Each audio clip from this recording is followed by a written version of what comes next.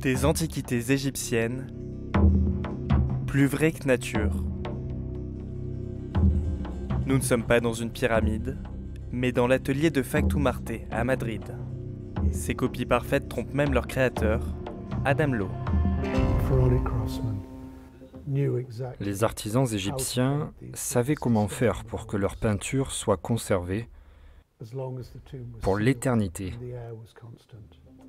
une fois que les tombes étaient scellées. En 2009, les équipes de Factum se rendent en Égypte pour leur première grande mission, scanner le tombeau de Toutankhamon et le reproduire entièrement. 3 ans plus tard, le fac-similé est dévoilé au public. Les tombes étaient construites pour être éternelles, mais pas pour être visitées. Les touristes qui voient l'original l'abîment et participent à sa destruction, alors que ceux qui visitent le fac-similé contribuent à sa préservation. Après Toutankhamon, Adam et son équipe ont reproduit d'autres trésors de la vallée des rois, comme ce sarcophage du pharaon Séti Ier. Chaque veine, chaque détail est imprimé en couleur. C'est la preuve de la grande qualité de reproduction. Pour moi, c'est un objet magique.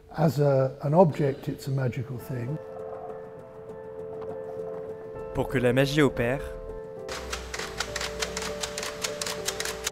ces faussaires de génie ont développé leur propre technologie. Chaque œuvre est scannée et reproduite au millimètre près, comme ce panneau du jugement dernier du peintre flamand Rogier van der Weyden. Cette imprimante unique au monde est née dans les ateliers de Factum. Comme un artiste peintre, elle applique les pigments par couches successives. On peut contrôler l'intensité de la couleur, sa teinte ou encore sa profondeur. Le tableau passe ensuite dans les mains de cette virtuose de la dorure, la restauratrice Silvia Alvarez. Un travail de 40 heures. Imiter l'or à la perfection avec une imprimante, c'est impossible. Alors on emploie les techniques traditionnelles de dorure et de pose de feuilles d'or.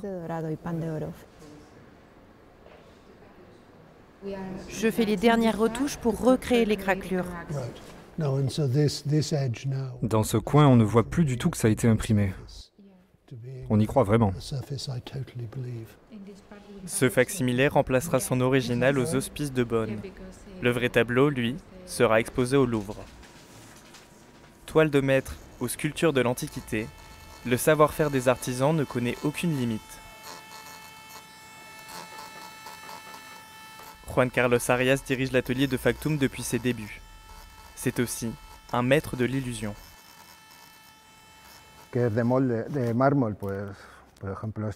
Par exemple, celui-ci est une imitation de marbre fait à base de résine.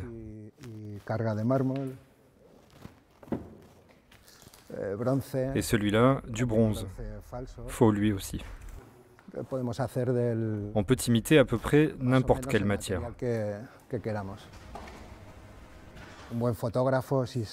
Un bon photographe arrive à faire ressortir la personnalité de ses sujets. Ça ne se voit pas, ça se sent. Et avec les objets, c'est un peu la même chose. Le plus compliqué, c'est de donner cette sensation d'objet antique. C'est une question d'affection et de travail. Un travail qui commence sur le terrain. Direction le Palais Royal d'Olite, dans le nord de l'Espagne.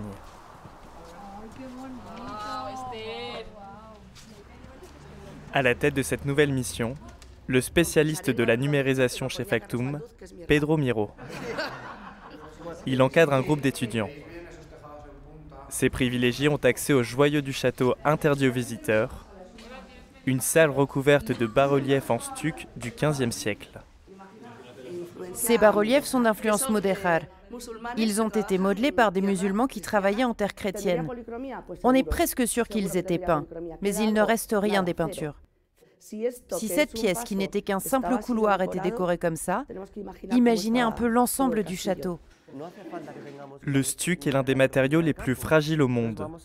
Pedro et les étudiants vont réaliser une copie numérique grâce à de simples appareils photo. Donc là, on va faire plein de photos dans ce style. Pam, pam, pam. Ça s'appelle faire le scanner humain.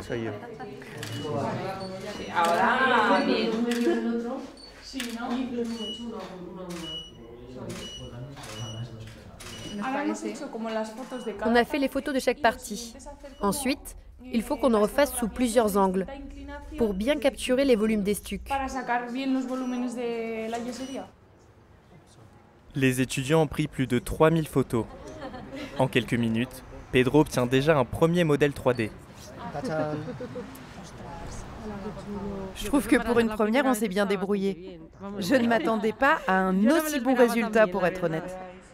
La Fondation Factum offrira ses archives numériques à la région pour faciliter le travail des restaurateurs et des chercheurs.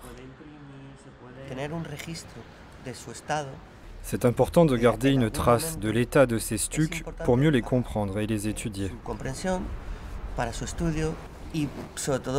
Et surtout parce que chaque seconde dans le monde, beaucoup de choses disparaissent. Des symboles de peuple, de culture.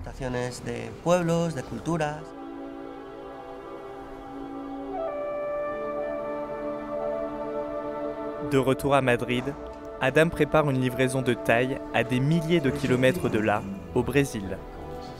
Il faut la démonter Oui, et la mettre dans un, voire 2 containers. C'est prévu pour quand? d'ici quelques semaines.